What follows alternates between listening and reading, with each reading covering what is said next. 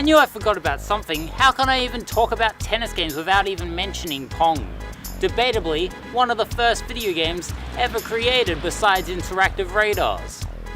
Pong!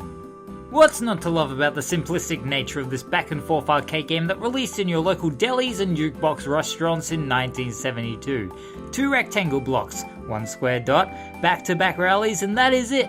It's brilliant. Pong has evolved so much over time, originally beginning on the arcades to the Magnavox Odyssey, leading to many versions on consoles such as the Atari 2600, but most importantly, the vast amount of Pong consoles around the marketplace, each containing different styles and multiple games like hockey, soccer, and more. But today we'll be looking at a more modernized rendition of Pong from Atari called Pong for the PS1 from 1999. Around this era, Atari were remaking their classic games such as Tetris, Centipede, Space Invaders, Breakout, and maybe even more. Right off the bat, we can tell that there is a lot of personality as this red rectangular block animates with spongy and soft motion. What the hell was that? That was like a weird baby that was trying to figure out how to say words. I don't know about you, but this technologic sound effect is the best. We get into the menu and whoa, there's a lot on screen. So much so that the game's frame rate can't handle it very well. To save us the frames, we'll enter the first Pong level, so we have Pingu to choose, and this means that there's probably going to be plenty of themes throughout the game. Just give me a minute, let me call my future self so he can give me some more details on this game, so I don't have to progress any further. Enough years, yeah, there we go.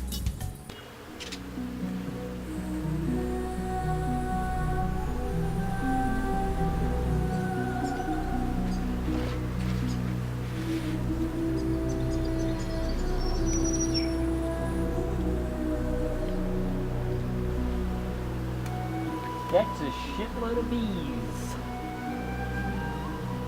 Holy fuck. Oh. Hello? Yo, give me the details on the levels. Sure, I can do that. Let me get the script. Well, we have ourselves many themes, starting off with an Arctic environment with penguins around the field that if you hit, plop an egg that turns into a ball. Later on, you'll be dealing with seals and taking on different tasks, sabotaging your opponents. There's soccer. That's faster paced than usual soccer, and requires a lot of reflexes grabbing the ball and flicking it into the goal. There's other minigames where you have to deal with moles and need to stop them from taking it. You'll be dealing with rolling logs in a tribal atmosphere that speed up and pelt the balls past your goals, a true challenge. A carnival setting with scary ass clowns and balloons. They won't beat killer clowns from outer space levels of scary ass clowns, but it's up there. Then you have some rather weird and obscure minigames that you wouldn't believe to be in a Pong game, like fishing. Yeah, that's a thing.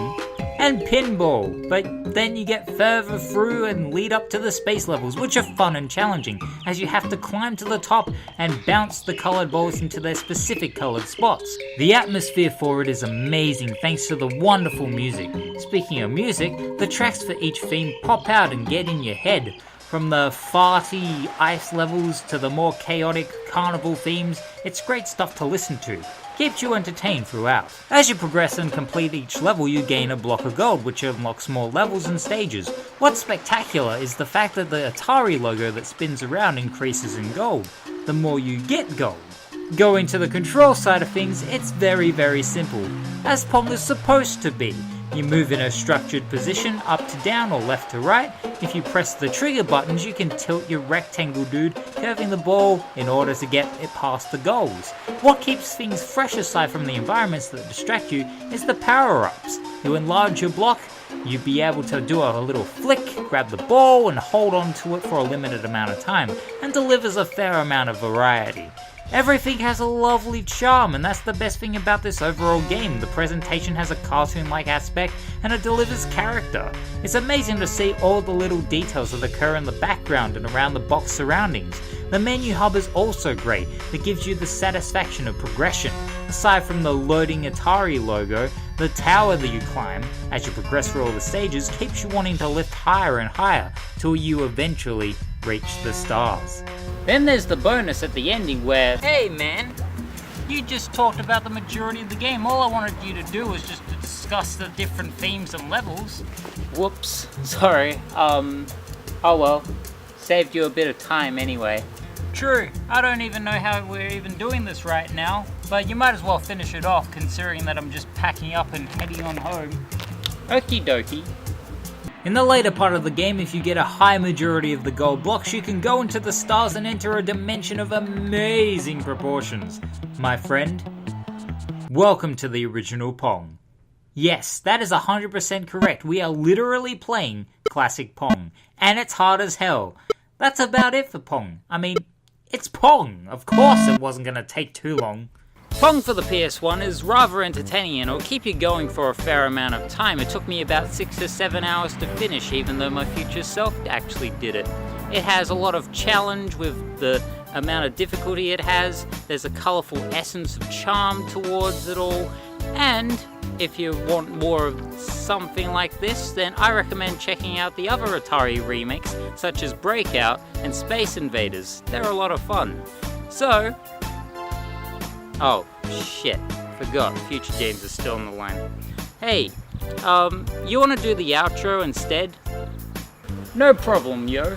Anyway, my name is James, that was my game, and I'll see you the next time. Bye bye. How'd I get a break?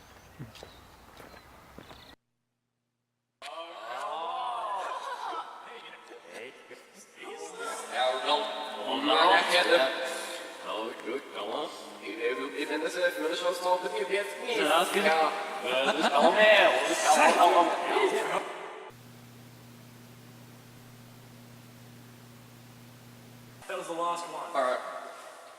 That was the last enemy in the room.